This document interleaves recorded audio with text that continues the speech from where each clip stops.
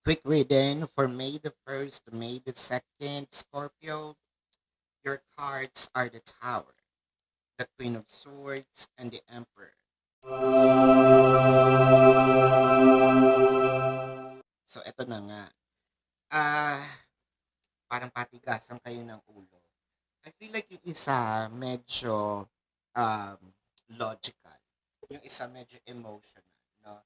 So, parang nagbabanggaan kasi parang isa hysteric na hindi ko alam kung ikaw to, yung hysterical or pwedeng si person, no? Let me know kung sino dito yung medyo hysterical, kung sino yung logical. Pero kasi talaga magbabanggaan kayo kasi matigas yung paninindigan no, nung logical.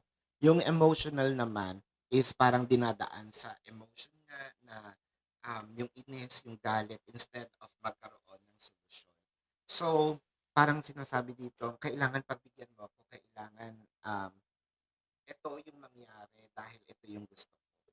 Yung isa naman, hindi ko yan gagawin kasi meron akong magandang plan or hindi yan makakatulong sa atin. Ito yung tamang paraan. So, parang hindi nagkakaroon ng pagkakaintindihan. No? Itong May 1st and May the 2nd. My name is Daphne, but spirit calls me bye bye love.